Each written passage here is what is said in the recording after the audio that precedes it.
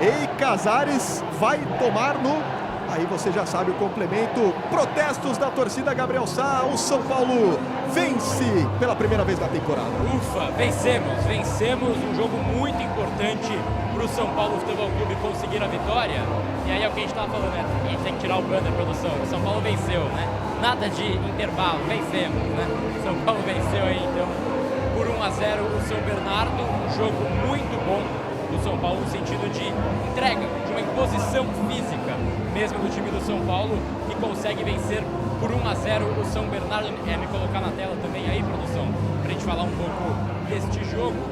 2 vitórias já foram nesses últimos dias, nas últimas horas. Falta a terceira e mais importante vitória amanhã.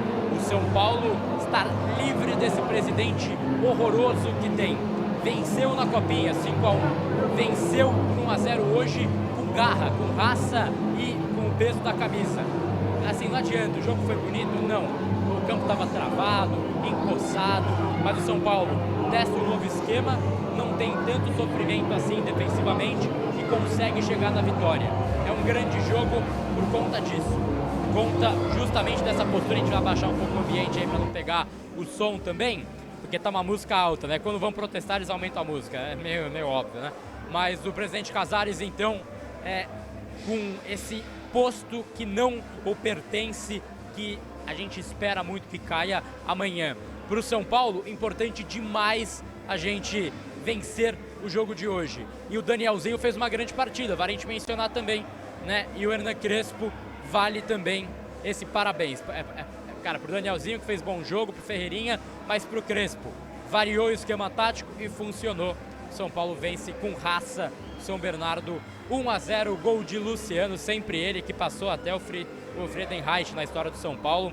103 gols na história do São Paulo contra 102 do Friedenreich, também um jogador histórico. Luciano, mais uma marca para sua trajetória.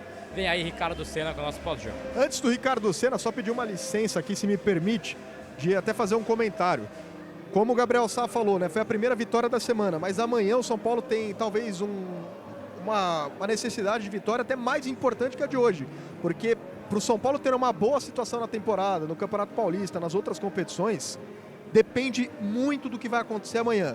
Então, você, conselheiro, faça a sua parte. Você tem o dever de votar a favor do impeachment de um presidente que colocou o São Paulo nessa situação.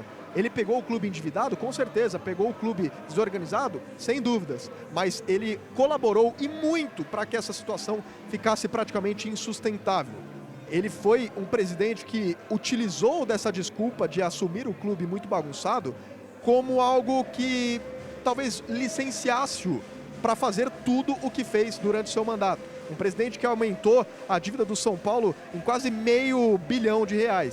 Um presidente que contrata mal, que vende mal, que praticamente acabou com o maior ativo que o São Paulo tem. Mesmo assim, Cotia resiste. Cotia segue dando muito orgulho para o torcedor e salvando esse clube, seja no mérito esportivo ou até no mérito financeiro. Mas ainda assim, Júlio Casares e todos os seus aliados praticamente tentaram acabar com o maior ativo que o São Paulo tinha, os 2 maiores ativos, o torcedor e a base.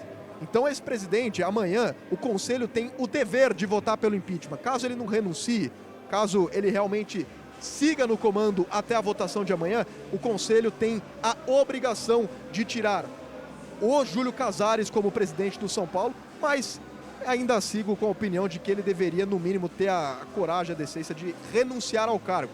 Acho que já deveria ter feito isso há tempos, agora é fácil fazer perto da votação, mas ainda assim é válido. Então, Casares, ou você renuncia ou será tirado amanhã no Conselho. Muito obrigado a todos pela audiência, eu fico por aqui, mas Ricardo Senna assume então agora o pós-jogo no Arquibancada Tricolor. Grande abraço. Pois é, final de jogo no Morumbi, o jogo do alívio, o gol do alívio, né? São Paulo 1, São Bernardo 0. A gente ainda tem muito papo aqui, então não saia daí, porque a gente ainda vai fazer o nosso pós-jogo, vai acompanhar a zona mista, coletiva, né? Mas só fazendo um comentário geral aqui dessa partida do São Paulo, dessa vitória importante do São Paulo, né? O Tricolor vai escalando aí a tabela do Paulistão, né? Então já figura no 10º lugar. Vai subindo ali com 3 pontos.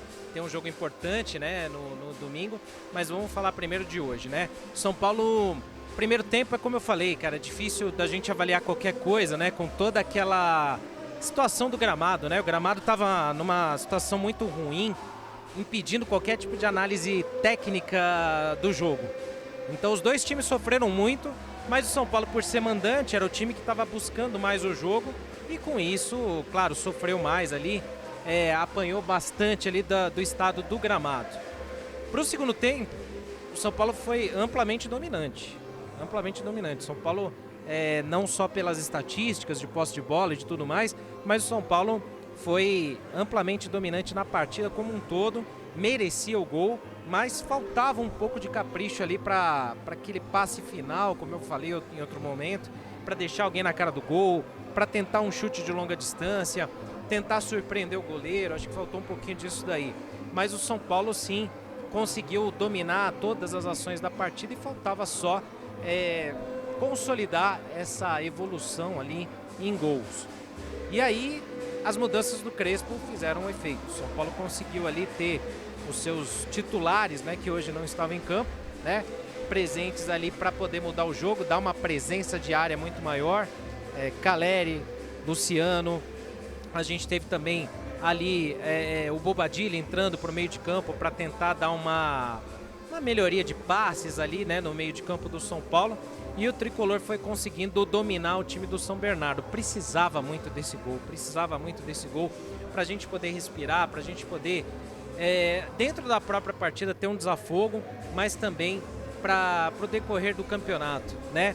E a gente até falou num tom de desabafo aqui da comemoração do time do São Paulo, né? Onde todos foram lá na direção do Crespo e principalmente o Luciano. Então é o que eu falo, gente, às vezes tem muita notícia que surge, tem muito boato que sai por aí nas redes sociais ou em alguns microfones, né, que tem muitos seguidores, que não tem fundamento algum. A gente entende quem não gosta, por exemplo, do Luciano, quem não gosta do trabalho do Crespo, faz parte, acontece, críticas são necessárias e tudo. Mas botar gasolina na fogueira é o papel de muita gente que está aí. Tem gente que só ganha like, só ganha alcance fazendo isso. Então não entrem na pilha de alguns canais ou de algumas pessoas que vivem para fazer isso. Então inventaram aí que o Crespo tinha perdido o elenco porque ele desagradou o Luciano e que os dois não se bicavam e tudo mais e tal e coisa e tal. E aí o Luciano vai lá, faz o gol do alívio, o gol da vitória do São Paulo e vai comemorar direto com o Crespo, dando um recado para quem está fora, né? Para quem curte futebol e acompanha futebol, entende muito bem esse recado aí do Luciano na comemoração do gol e do elenco do São Paulo como um todo também, né? Que todo mundo foi comemorar com ele.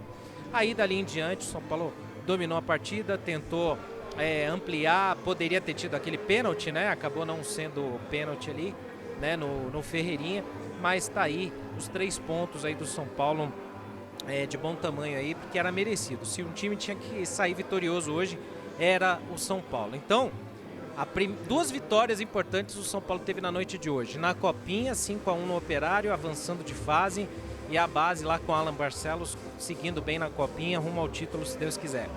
Hoje, o São Paulo precisando muito dessa vitória no Paulista, consegue desafogar, gol do Luciano, chega com menos peso nos ombros para o jogo de domingo, que vai ser também dificílimo. Mas olha como o futebol é quarta e domingo, né? O Corinthians, badalado pela mídia, por tudo, campeão da Copa do Brasil, toma um fumo do Bragantino hoje que faz os caras também botarem o pé no chão também. Então esse clássico de domingo, se o São Paulo ganha, muda completamente o ambiente pro restante do mês, né? Então a gente tem esse jogo importante lá em Itaquera. E amanhã, um capítulo importantíssimo na história do São Paulo, onde eu reforço o convite para vocês aqui, para acompanharem a jornada do Arquibancada Tricolor a partir das 3 da tarde ao vivo, mostrando tudo sobre a votação do impeachment de Júlio Casares e cobrindo o protesto da torcida também aqui no estádio do Morumbi.